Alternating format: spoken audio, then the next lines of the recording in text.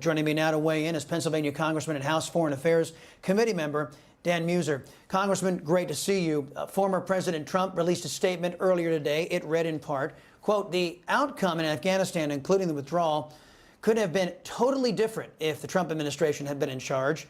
Or who or what will Joe Biden surrender to next? Someone should ask him if they can find him." President Trump also called on Biden to resign. Congressman, how damaging to American morale and troop morale will Biden's Saigon moment be? Terrible. And the question is also who's he going to blame next, and which Trump initiative and policy is he going to reverse next, simply because it was the Trump administration. The morale is very, very sad. I'm fielding calls from veterans of the Afghanistan war throughout my district, some throughout Pennsylvania. Certainly, I have colleagues in the U.S. House that are beyond just despondent over this. They're furious. They're upset. This could have been avoided if we truly would have realized and strategized the contingencies. This is the reason that President Trump did not pull us out, because the intel did not substantiate such a move at that point. They couldn't work out the plan B, if you will, the contingency. And Biden just, they went for it. We now have our embassy being evacuated, scenes of Saigon. Chris, it's a really sad day. It is. And to President Trump's question, Biden has surrendered to the narco-terrorists on our southern border, plugging our government, in essence, as the final link in that chain. Now he's surrendered to the terrorist Taliban. Who do you think is next? Well, what you're saying is accurate, right? I mean, our border, reversing Trump policy initiatives that are creating, that they're not just trying to minimize or dissuade these events. They're the cause of, and effect of the Biden policy. So, and the idea that they're not doing anything to correct it on our border, go back to the Remain in Mexico as the Trump administration had. Don't improve or make it easier for asylum in the United States. Such in this case, Mr. Biden, you just gave a speech. You blamed a lot of people. You explained why you thought it was a good idea to leave Afghanistan. A huge catastrophe has been created. What are you going to do to save our allies and Americans and keep them safe? That's what America wants to hear right now. And that's certainly not what we heard in the speech, which he stopped in the White House for an hour. Now he's on his way back to Camp David. I mean, this is just not right. It's irresponsible. We are the world power, and we're not acting like it. No kidding. CNN reporter was on the ground in Afghanistan, and she had, well, really some bizarre comments about the Taliban fighters. Watch this. They're just chanting death to America, but they seem friendly at the same time. It's utterly bizarre. Okay. You take a stab at it, Congressman. I don't know how people can be chanting death to America, but being friendly. Yeah, well, that's CNN for you, right? I mean, they got police cars burning and they call it a peaceful protest. So we've got the Taliban, we've got the Al-Qaeda. Look, they are burning homes. They are taking children. They are murdering parents.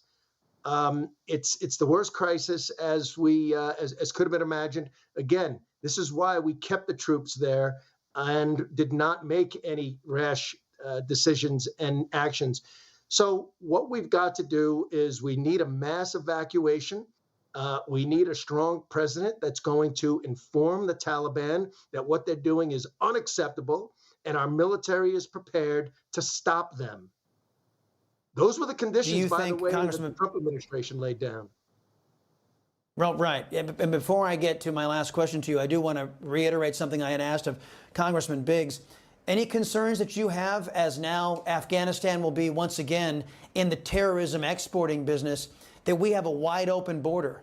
What will you be telling your constituents about how safe Biden is keeping us with a wide open border that even our allies right now, as you probably well know, the Panamanian officials and others are warning that radicalized Islamic terrorists are seeking to take advantage of the chaos and are trying to infiltrate the country right now?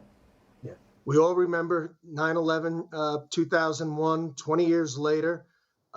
We are looking at Afghanistan that looks like a festering place.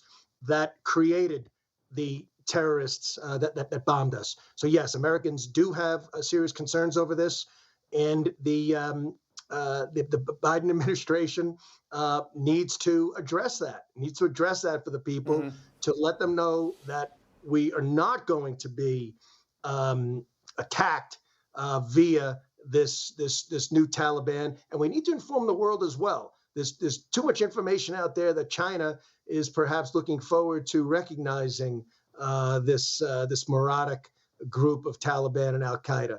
So the world's got to come together on this, and we cannot reverse paths.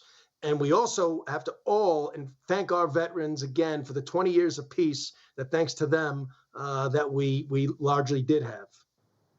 Yeah. There's a lot of Afghanis who actually grew up in 20 years of relative security thanks to American forces. That's all gone now. Lastly, I wanted to talk to you about the infrastructure bill. House Speaker Nancy Pelosi wants to advance the Senate's infrastructure bill and the $3.5 trillion budget boondoggle at the same time. Will House Republicans fight this, and if so, how?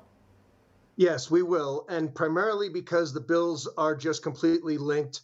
There's no more fooling around about that. It is not a $1.2 trillion compromise bill. It is not a $3.5 trillion Bernie Sanders Green New Deal bill. It is a monstrous Democrat socialist big government bill that will extend into the way into the future, and it needs to be stopped.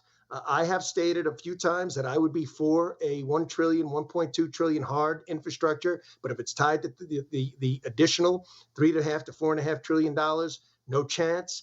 I think all Republicans will stand together on that, and I do believe that there are at least a handful, maybe more, of Democrats. So the American people can weigh in here. We need to inform Democrats.